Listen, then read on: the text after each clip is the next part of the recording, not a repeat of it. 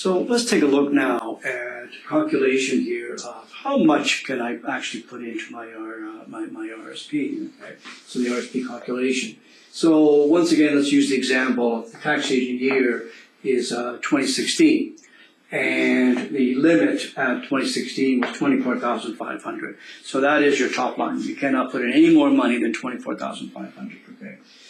Your previous year, in other words, year 2015, notice it's in 2015, not 2016. So even though we're using this limit, it's the previous year's income, earned income, that we're actually using. Okay, so always 1 year behind.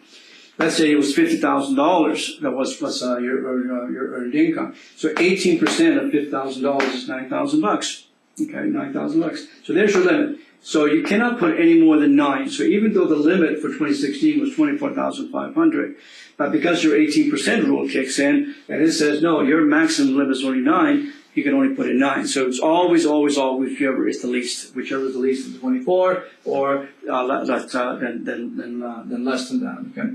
Also, from previous year, pension adjustment, let's say you had a $2,000 pension adjustment, that gets reduced. Remember, the PAs reduce the limits of how much you can put in.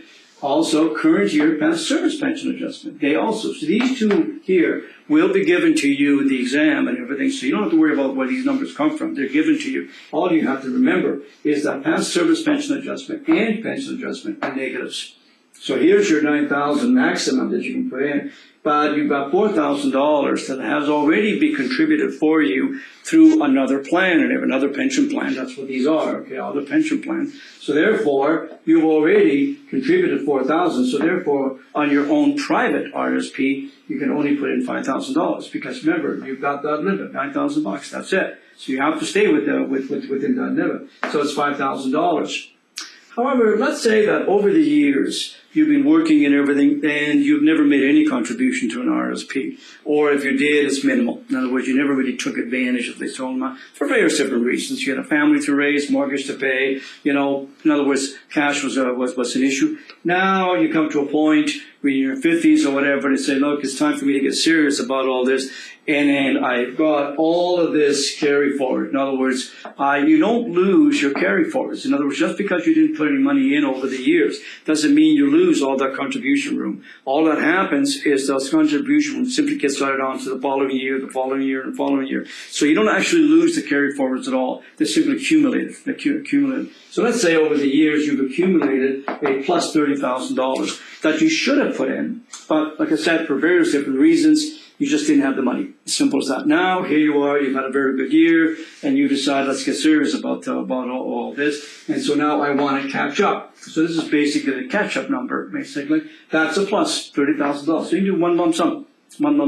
So notice it's way above the $24,000. It doesn't matter, okay? It doesn't matter because these are all past. So you really, all you're doing is catching up with all these, because you never did do any deductions or anything. So therefore, when it comes to a carry forward, you don't have to worry about that limit. That limit is only for this year's contribution. That's it. So if you have any unused contribution room, so to speak, that's being carried forward, that is all gets set up. So now here we are in 2016. You decided that you want to catch up. So you throw in your $30,000. So therefore, now the new total is $35,000. So you do one shot deal.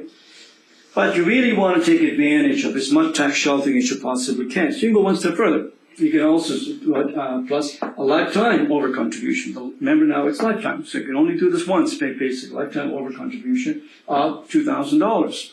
So you can put that in all in one shot if that's what you want. So now your grand total in this example here is $37,000 that you can actually just basically write one check, and now you're caught up. You're caught up on your current RSP contribution. You are caught up on your past service contribution that you never made. You're also caught up on your lifetime over contribution that you made. So therefore, you're caught up on everything. So in this example, you got $37,000. Okay. So as you can see, the RSP is an excellent tool, basically, to make sure that you really maximize as much as possible, so that you'll have essentially a very comfortable retirement plan along with your CPP and OAS. This really comes into play quite substantially. Okay.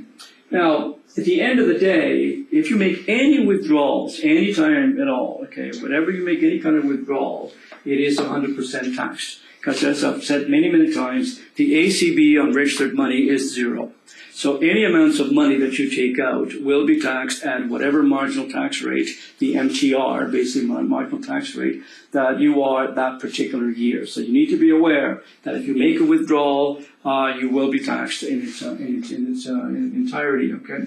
Also, you have to remember that prior to age 71, if you make any kind of withdrawal, you may be subject to what's called, besides being taxed completely, okay, you may also be taxed right up front at what they call a withholding tax, okay? And that withholding tax depends on how much money you're actually taking out. It could be 10%, 20%, or 30%. So, for example, if you only took out $5,000, that would basically be 10%. Okay, so if you took out $5,000, they're going to withhold back 10% of that, so $500. That doesn't mean that the other $4,500 is not taxable. All we're saying is the whole thing is taxable, but we want the tax up front right now. So the company that's now managing your money will automatically deduct that $500 from you and send it off to Ottawa, and that'll be credited to you for the end of the year when you have to do your tax filing and everything else. Okay, if you want more than $5,000, let's say you go up to $15,000, it'll be 20%.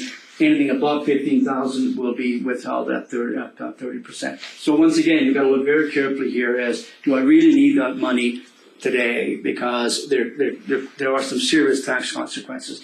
And the objective, remember, is always to be able for you not to use this like a piggy bank, so to speak, when you know you need money, you simply go in and take it out. The objective here is for you to leave the money sit there so that you will have ample sums of money for retirement, okay? And the maturity date for an RRSP is no later than age 71.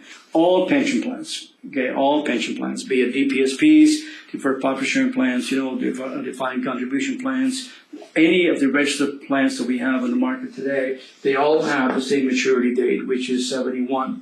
You can certainly take it out before then. In fact, on your RSP, you can start the plan anytime you want. You want to start at age 60. That's your privilege, basically. But you cannot defer it any longer than age 71. So that the year you turn 71, you must start the annuity, basically. You have to start that. And where you can put your money in is the Registered Retirement Income Fund. In a separate session, we will be talking about these various different funds. So Registered Retirement Income Fund is certainly one area that you could buy. You can also buy what's called a registered term to 90. A term to 90, so it gives you an income up to age 90, and then at 90, it basically it's over. It falls off, okay?